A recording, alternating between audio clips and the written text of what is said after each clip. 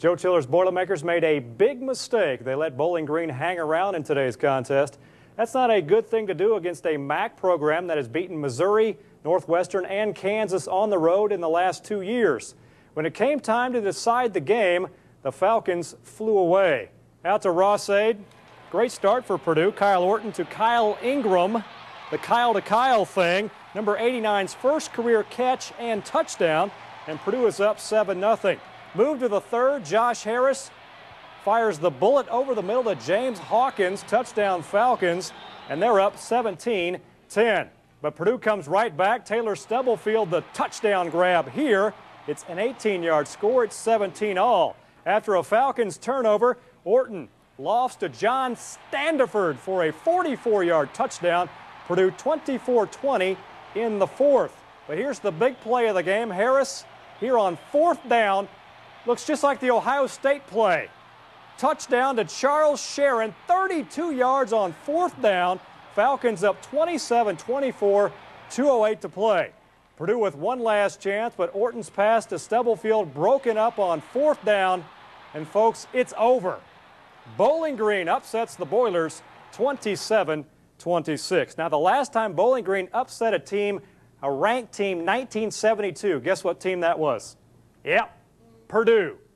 So the last two upsets over ranked teams have come to the Boilermakers. It's also the first time Purdue has lost its home opener under Coach Tiller. With more on Purdue's game with BG, we turn to our own GBB in the newsroom with more. Gage? Thanks, Clayton. I don't think this was the start Purdue had in mind as they embark on 2003. The loss was a reminder that every Saturday when your number is called, big players step up to make the big plays. That was something the Falcons had and the Boilermakers were searching for. I mean, it's a wake-up call. I think, you know, we've gotten all the preseason pub that we've never gotten before. The defense has been, you know, talked about. Offense has been talked about. Certain players on the watch list. All this outside stuff. And you know, I don't know if we got caught up in all the hype or whatnot. But you know, I think we have to put our feet back on the ground and get our helmets on and get our heads out of the clouds. Plays were there to be made today by both teams. The team that made the plays was the team that won the game. Opportunities missed. I missed my opportunity. The team has the confidence, coaches have the confidence, Orton has the confidence, and I have the confidence in myself that when it comes down to a 3rd and 10 or 4th and 10, that I got to come up with the play. And it happened to me twice today. I didn't come up with it. Yeah, it was just a great victory. Not only for Bowling Green, but for the MAC conference, you know. Both teams played really hard, I thought, and neither team could have won. So a game like this, you just have to hope that next week that Purdue can learn from their mistakes and then capitalize on that. And definitely with Wake Forest coming up next week, they're going to have to do that, especially based on what Wake Forest did today with their big win.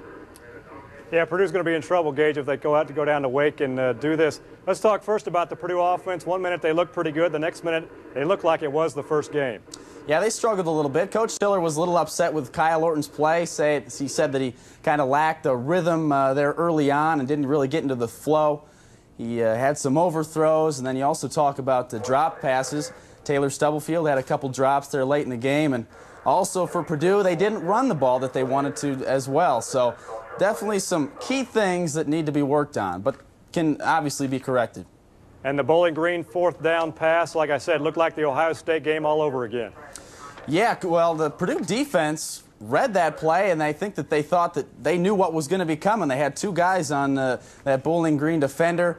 They thought that at least they could have come up with an interception or at least a pass breakup, and instead just a failure to execute, and that's what it comes down to, just a lack of making those big plays. Gage, how tough was the decision late there on 4th and 10 to either kick the field goal or go for it there on that pass play? Now, they were going to kick the field goal first. They went with the pass to go on it on a 4th and 10. Coach Tiller thought that the probability of making that first down was equal or greater than making that 51-yarder. If it wouldn't have been 51 yards, they probably would have kicked the field goal, but instead they gambled and thought they could get the first down, but didn't work out that way. All right, Gage Butterbrodt live from the news.